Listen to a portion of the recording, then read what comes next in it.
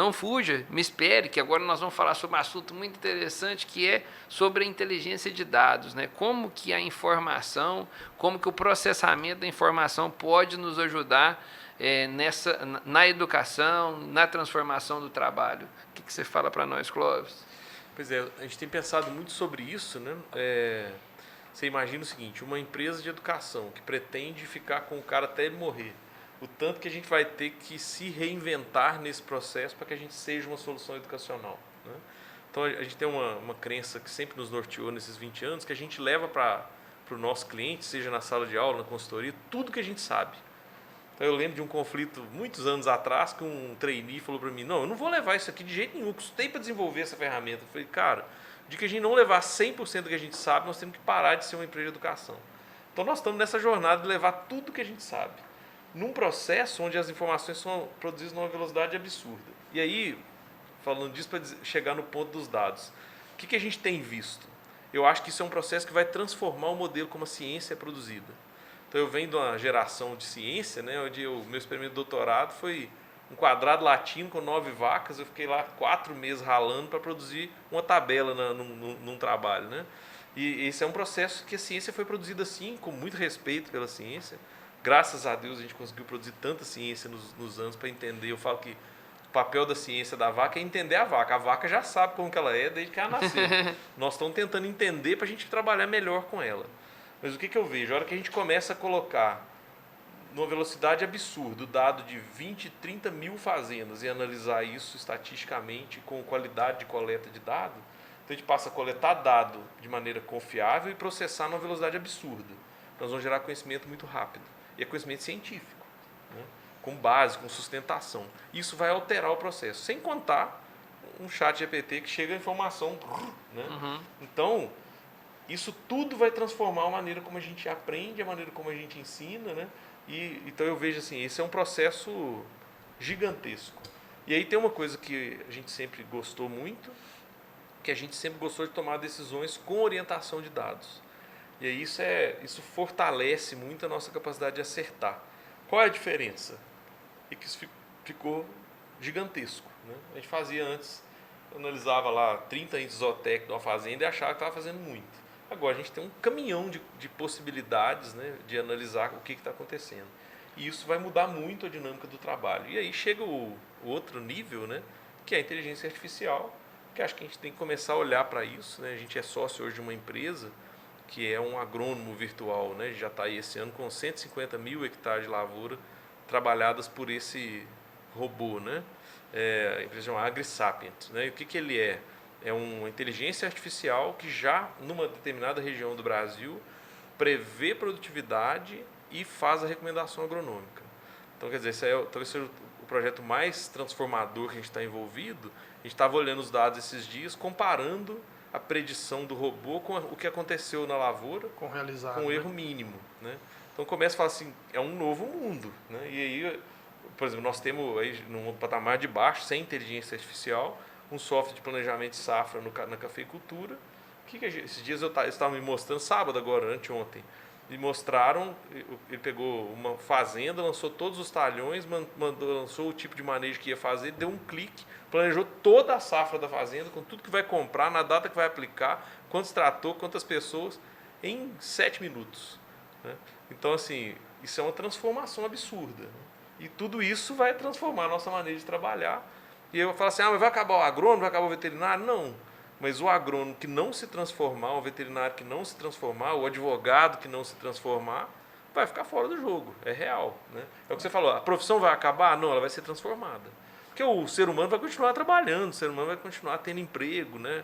O mundo, eu não sei que a ficção científica realmente chegue e o robô vai dominar o ser humano, né? Até que isso aconteça, nós vamos continuar vivendo e trabalhando e tocando a vida. Mas nós não vamos poder fazer como a gente fazia antes. O que eu concordo plenamente com esse pensamento. Essa questão, assim, a internet, o Google acabou, por exemplo, com o nutricionista, que hoje você pega uma dieta lá. Não, mas ajudou o nutricionista. Então, para o bom profissional, o agrônomo, o veterinário, ele vai usar o ChatGPT, ele vai usar as outras plataformas de inteligência artificial para, inclusive, apurar melhor aquilo ali. Então, vai ser uma ferramenta para quem sabe usar. E tem um parênteses, a gente está divagando aí bastante, eu gosto dessas situações. Assim, a pirâmide etária do mundo, ela está se invertendo, né? Então nós vamos ter, a gente já falou aqui, muito mais velhos e muito menos novos. Para você manter a população, você precisa de 2 filhos por casal. A Europa, se eu não me engano, 2,3. a Europa tem 1,2. O Brasil, nós caminhamos a partir de 2050 para diminuir a população. Nós vamos chegar a 240 milhões e depois cair. Em 2100 nós estamos com 170 milhões. Eu falo que a pior crise da humanidade vai ser quando a gente não tem um bônus demográfico, né? Que a gente vai ter que se reinventar. Mas isso é uma oportunidade. Então a inteligência artificial, carros autônomos, essas novas profissões, ela veio para salvar a humanidade, não ao contrário. Porque se a gente for pensar, vai ter menos oferta de pessoas para trabalhar. Entendeu? Então nós vamos ter que mecanizar muito mais para manter, né? Então, Clóvis, a gente fez um hackathon na JPA com a professora Isabela da Universidade de Estatística, na Universidade Federal de Lavras. A gente fez com diversos alunos de mestrado, enfim. E a importância da ciência de dados, né?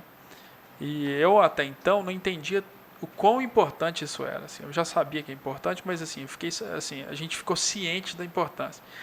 É a riqueza, né? É uma riqueza, eles falam que é o ouro, né? São os dados. A gente fez uma dinâmica, a gente é a maior empresa de vende polpa cítrica, cara, o algodão do país hoje, e outros produtos para nutrição animal. E a gente tem um histórico. A gente começou há 14 anos, quando polpa cítrica era descartada. Eles largavam aquilo, era um problema para as indústrias. Então a gente tem um histórico de preço de caroço algodão, de polpa cítrica e de diversos outros produtos.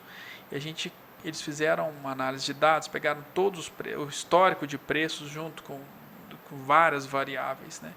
E chegou uma fórmula fantástica assim, para nós. Então, é fundamental. Isso aí foi transformador para a empresa e desde quando a gente usou aquela fórmula, a gente tem acertado em contratos.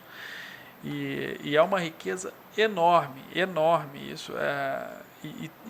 A margem de erro para isso é muito baixa. E esse contrato é uma estratégia da empresa que a gente não divulga para o mercado. É claro que outros concorrentes a gente usa como uma riqueza para nós da empresa. Então, digamos que a maior riqueza da JPA hoje é essa questão de análise de mercado mais fidedigna que a gente tem. São os dados sendo transformados em inteligência. Em inteligência e estratégia para nós, para a JPA.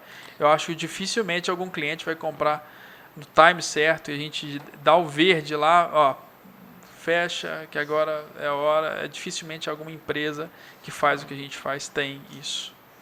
O poder do trabalho com dados, né? O Samuel, você não comentou nada sobre a parte de dados voltado para processamento de informação, tomada de decisão no trabalho, voltado para a educação. Quando fala-se disso, eu lembro muito do professor Molion, que trabalha com a parte de climatologia, que ele trabalha muito com similaridade. E é o climatologista que mais acerta, exatamente porque ele pega sempre histórico. Então hoje, o que está acontecendo na data de hoje? O que a gente está vendo de chuva, de temperatura, de tudo? O que aconteceu nos últimos 6 meses? Então ele vai dentro de histórico, busca anos semelhantes e fala, de acordo com a similaridade desse ano, a tendência é que aconteça para o futuro, nos próximos 3, 4, 5, 6 meses, a tendência de acontecer dessa forma. E quando a gente vai para mercado de insumos, para os acontecimentos dentro da fazenda, é a mesma coisa. Se você não tem histórico, como é que você vai conseguir prever alguma coisa ali dentro? Fica muito difícil. E eu não esqueço uma passagem de que eu fui fazer um fechamento de 2 anos de trabalho numa fazenda atendida. E depois que a gente fez toda a avaliação daquele 2º ano de trabalho, eu falei assim, muito bem, agora cadê o fechamento do 1º ano? E aí era o pai, né, o patriarca, ficou todo sem graça, falou assim, o que aconteceu? Ele falou assim, eu queimei. Eu falei, como assim? Não, usei para acender o fogão a lenha. Eu falei assim, rapaz, mas como é que você tem coragem de pegar o seu histórico? Porque a fazenda não é nossa. O histórico não é do seu técnico. Né? O histórico é seu, é da sua fazenda. Como é que você pegou e queimou? Queimou. Aí ele baixou a cabeça, parou, pensou e falou assim, é verdade, né? Eu não posso queimar isso de jeito nenhum. É a minha história. Eu falei, ótimo. Agora realmente você entendeu que se a gente tivesse o primeiro ano junto com o segundo, a análise continuaria aqui por mais não sei quanto tempo. E é isso aí, né, Clóvis? Isso aí. É pegar histórico, gerar informação, gerar estratégia.